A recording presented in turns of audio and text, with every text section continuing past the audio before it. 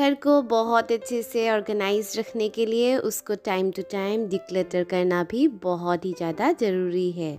Market हो या फिर ऑनलाइन हो, हम लोग शॉपिंग करते रहते हैं और जो पुराने सामान है जो हम यूज़ नहीं करते हैं अभी, उसको हम डिस्कार्ड नहीं करते हैं या फिर किसी को डोनेट नहीं करते हैं।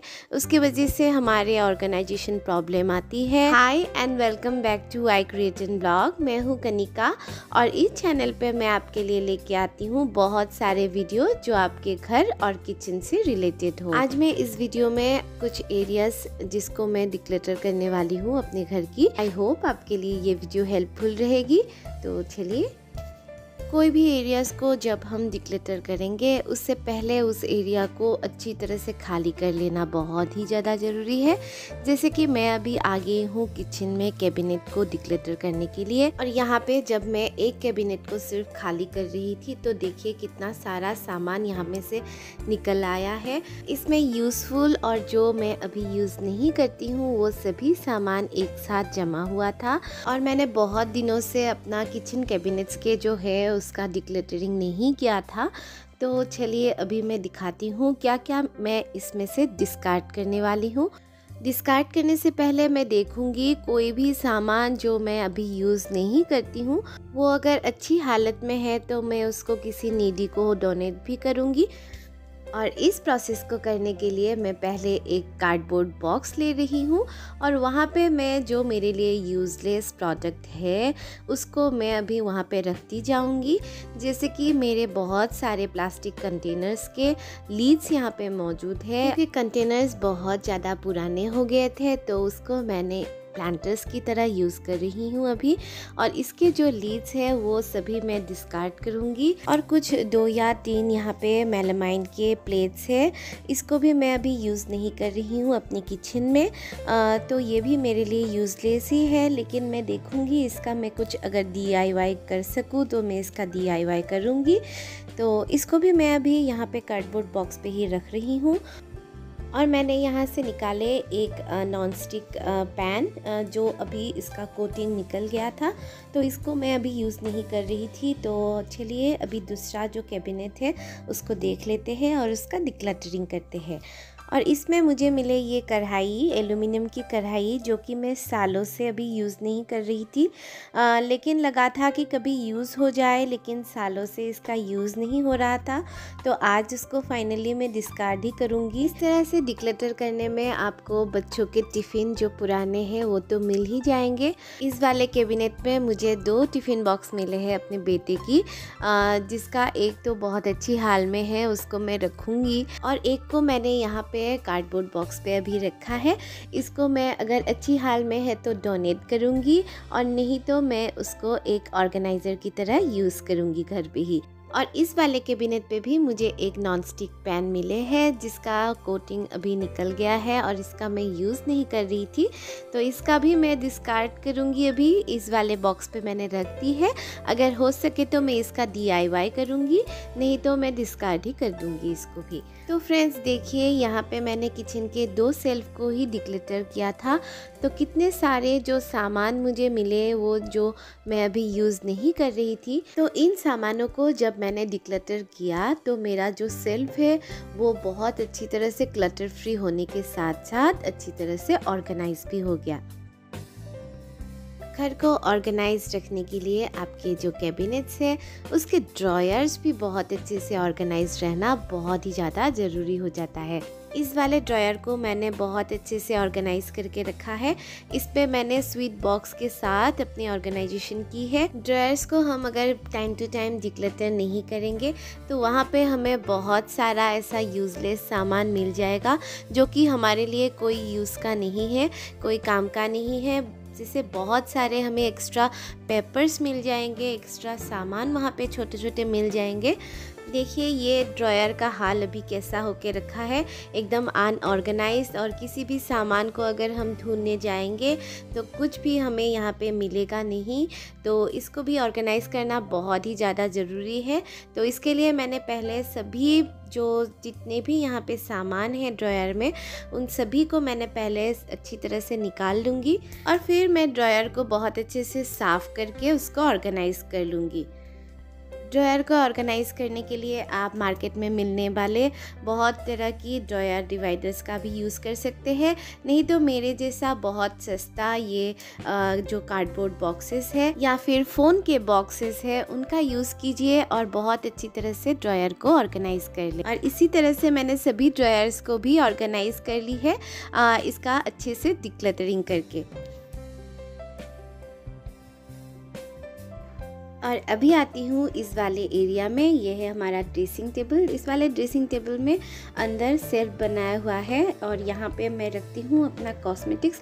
ज़्यादा तो यूज़ नहीं करती हूँ, जो भी करती हूँ यहाँ पे रखती हूँ। और रखती हूँ मेरे और हस्बैंड के कुछ परफ्यूम्स वगैरह और जो बॉटल में पाए जाते हैं जो मेडिसिन वगैरह है हमारे और बच्चों की, तो वो भी मैं यहाँ पे ही स्टोर करती हूँ।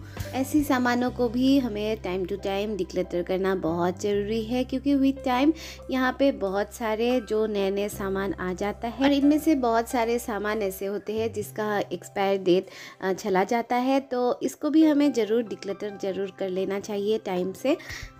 तो एक साथ अच्छे से ये जगह क्लीन होने के साथ साथ जो डिस्कार्ड करने वाला सामान है मैं उसको डिस्कार्ड भी कर लूँगी।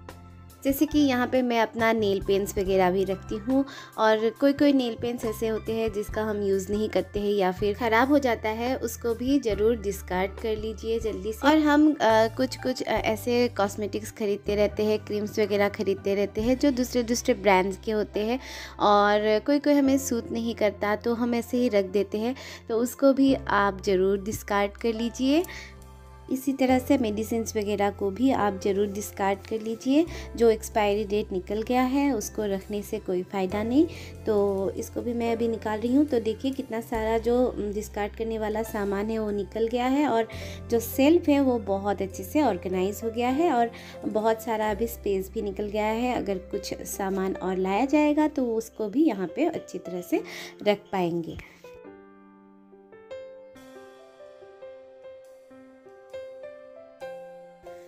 मैं जो इयररिंग्स वगैरह डेली में यूज़ करती हूँ उसको मैं इस वाले कंटेनर में रखती हूँ।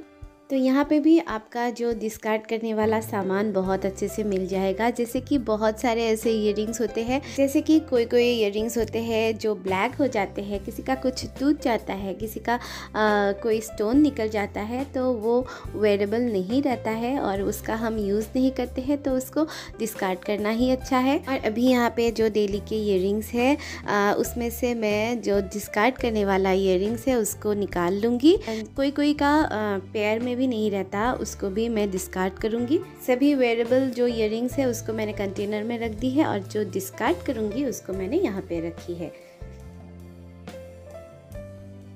बेटे का स्टडी टेबल में रखने के लिए मैंने उसको ये DIY ऑर्गेनाइज़र बना के दिया था पेन और पेंसिल्स को रखने के लिए। तो इसको भी मैं टाइम से डिक्लटर करती रहती हूँ, क्योंकि बच्चे जो पेन यूज़ नहीं करते हैं या फिर जिसका रिफ़िल ख़त्म हो गया है उसको भी वहाँ पे ही रख देते हैं और ऐसे ऑर्गेनाइजेशन करना थोड़ा डिफ़िकल्ट हो जाता है।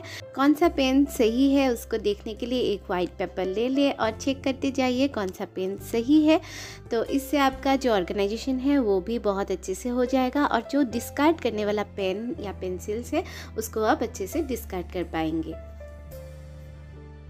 लास्ट 2 सालों में हमारे सभी के घर बहुत सारे मास्क जमा हो गए होंगे, तो मेरे घर पे भी ऐसा ही हुआ है। बहुत सारे मास्क हमने यूज़ किया है इन 2 सालों में। जो रीयूजेबल मास्क होते हैं या फिर कॉटन के मास्क होते हैं उन सभी को हम यूज़ करते हैं और उसको वॉश करने के बाद मैं इन 2 ऑर्गेनाइज़र पे सभी मास्क को रखती हूँ। तो इनमें भी ऐसे मास्क होते हैं जिसका हम यूज़ नहीं करते हैं, जिसका कोई रबर ख़राब हो गया है या फिर उसको हम यूज़ नहीं करते हैं, उसको मैं आज डिस्कार्ड करने वाली हूँ।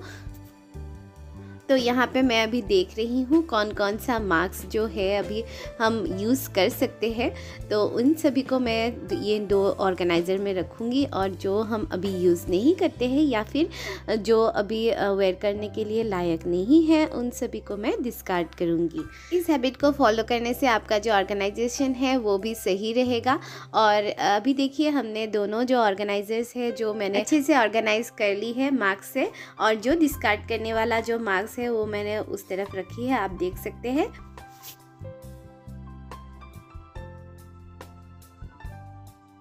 और यहाँ पे जो नेक्स्ट एरिया है जिसका मैं डिक्लटर करने जा रही हूँ वो है ये टॉय बॉक्स। वैसे तो बेटे का बहुत सारा ऐसा टॉय बॉक्स में टॉय रखा हुआ है, लेकिन सभी को मैं एक साथ डिक्लटर नहीं करती हूँ, एक एक करके ही करती हूँ। आज इसको मैं करने जा रही हूँ। बच्चे बहुत बार अगर टॉयज टूट फूट भी जाए तो भी रख लेते हैं, तो इन सभी सामानों को डिस्कार्ड करना बहुत ज़रूरी हो जाता है। और टॉय बॉक्स को जब आप डिक्लटर करेंगे तो देखिएगा कितना सारा जो डिस्कार्ड करने वाला सामान है वो आपको मिल जाएगा। और मुझे भी इन जो ये ऑर्गेनाइज़र है इसमें से ये सारे बेकार सामान मिले जिसको मैं अभी डिस्कार्ड करूँगी। और इस वाले बॉक्स में मैं रखती हूँ सारे मेडिसिन्स। और आज मैं इसका निकाल रही हूँ जिसका एक्सपायरी डेट निकल गया है, उसको मैं डिस्कार्ड करने वाली हूँ। और जो अभी सही है उसको मैं उसी बॉक्स में रखूँगी। और इसी तरह से कुछ कुछ एरियाज़ के ही सही मेरा घर का ऑर्गेनाइजेशन कंप्लीट हो गया।